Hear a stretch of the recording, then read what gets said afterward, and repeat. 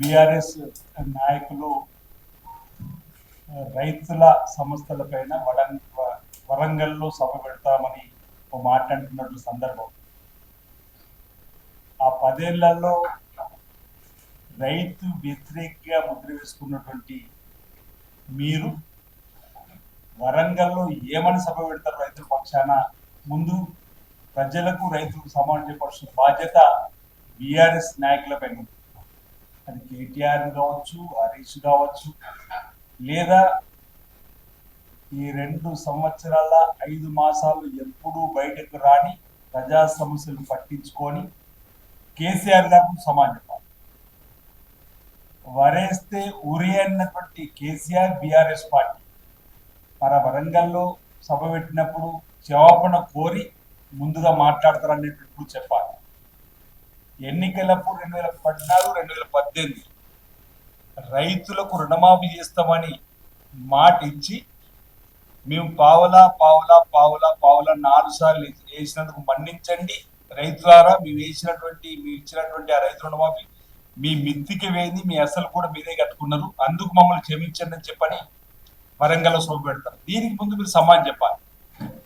అదే వరంగల్ వేదికగా మా రాహుల్ గాంధీ గారు వచ్చినప్పుడు మా పీసీ అధ్యక్షుడు రేవంత్ రెడ్డి గారు, ఇప్పుడు గౌరవ ముఖ్యమంత్రి రేవంత్ రెడ్డి గారు ఆనాడు ఇచ్చిన మాట మేరకు రైతులకు 2 లక్షల రుణమాఫీ చేస్తామని చెప్పి అంకెలతో చెప్పాలనుకుంటే 20,600 కోట్లు సుమారు 25,35,964 కుటుంబాల రైతుకు రుణమాఫీ చేసినటువంటి చరిత్ర దేశంలో మన తెలంగాణలో రేవంత్ రెడ్డి గారి సర్కారుకు దక్కిందనమాట. ఆ రోజుల్లో రైతుకు ఉచిత కరెంట్ ఇవ్వాలని మొదటి సంతకం అధికారంలోకి వచ్చిన ఇతర రాజ్యంలో పెడతామని ఆనాడు కాంగ్రెస్ పార్టీ ఇచ్చిన మాట మేరకు లాల్ బహదూర్ స్టేడియంలో దివంగత మాన్యత వైఎస్ రాజశేఖర్ తొలి సంతకం పెట్టిండు ఉచిత కరెంటు.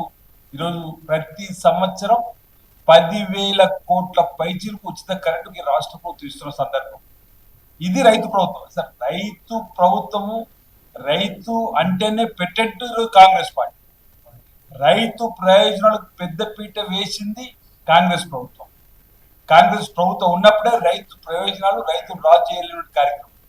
ఇప్పుడు కేసీఆర్ గారు ధాన్యం కొనే పరిస్థితి లేదనే మాట మాట్లాడుతున్నారు. అసలు ఈ ధాన్యము కొనుగోలు కేంద్రాలను ప్రభుత్వం ఇచ్చే మద్దతు ధర కొనుగోలు చేయాలని చెప్పినటువంటి ఆలోచన తీసుకొచ్చింది కాంగ్రెస్ పార్టీ ఇంద్రమరాజు. సరిగ్గా 20 ఏళ్ల క్రితం, లేదంటే 21 సంవత్సరం క్రితం దివంగత మాన్యత రాజశేఖర్ గారు ముఖ్యమంత్రి ఉన్నప్పుడు వరి ధాన్యం మద్దతు ధరకే కొనుగోలు చేయని చెప్పని ఓవైపు రైతుల ప్రయోజనాలు కాపాడే ప్రయత్నం చేస్తూ, మధ్య ధరల వ్యవస్థను తీసే ప్రయత్నం చేస్తూ, మహిళలను లక్షాధికారులు మార్చాలని చెప్పి మహిళా తల్లులతో కొనుగోలు కేంద్రాలు ప్రారంభం చేసింది. ఇప్పటికి 20-21 సంవత్సరాలు కొనసాగుతున్న సందర్భం. మీరు కొనుగోలు చేసినప్పుడు తప్ప తాళ్ళు పేరిట అధిక దోపిడీ చేసినటువంటి సందర్భాలు, కొనుగోలు చేసినాక పక్షం రోజుల్లో కూడా మీరు డబ్బులు ఇవ్వలేని పరిస్థితి మీద ఉంటే, ఇప్పుడు రేవంత్ రెడ్డి గారు సర్కార్ ముఖ్యమంత్రి అయిన తర్వాత కూడా రైతు ప్రయోజనం కోసం దృష్టి పెట్టినప్పుడు కేసీఆర్ వరి కొనుగోలు చేసడానికే ఇంకా మొదలుగా దిక్కులే చెప్పిన మాట మాట్లాడుతుంది. ఇప్పుడు లెక్కలు చెప్పే ప్రయత్నం చేస్తాం. ఇప్పటికే ఈ రాష్ట్రంలో 6,002 ఐకేపీ, పిఏసిసి, అదర్స్ మార్కెట్ యార్డ్ ద్వారా కానీ 6,002 సెంటర్లు ఇప్పటికే ప్రారంభం కాబట్టి ఇప్పటికీ 7,70,000 మెట్రిక్ టన్నుల పర్చేస్ కూడా జరిగింది. వారికి డబ్బు కూడా ఈరోజు 6,000 కోట్లు వేసినటువంటి సందర్భం. ఈ విధంగా కొనుగోలు ప్రారంభమై అసలు కేసీఆర్ గారు మీకు ఏ రైతు ఫిర్యాదు చేసి, ఓవైపు కవిత గారేమో ఆ సారు రారు బయటకు, ప్రజల కష్టాలు ఉన్న రారు, ఇక సారు రారని చెప్పని ఆమె అంటుంటే ఇక వచ్చేది సారే అని చెప్పని ఓవైపు కేటీఆర్ గారు. ఇప్పుడు కవిత వేసిన సెటర్లకు సమానం చెప్పేటువంటి పరిస్థితి లేదు మీకు. బీఆర్ఎస్ ఆవిర్భావ దినోత్సవ సందర్భంగా ఈ రాష్ట్రంలో కొత్త పార్టీ వచ్చింది. అది మా కల్వకుంట్ల కుటుంబం నుంచే వచ్చింది. వచ్చినటువంటి పార్టీ మమ్మల్ని ఇష్టానుసారంగా విమర్శలు చేసింది, దానికి సమానం చెప్పాలని చెప్పిన ఆలోచన ఆ బీఆర్ఎస్ పార్టీలో చేయకపోతే ఏమనాలి అంటే తప్పులు మీరు ఒప్పుకున్నట్టేనే అంటారు. Subscribe us and press the bell icon for more interesting updates.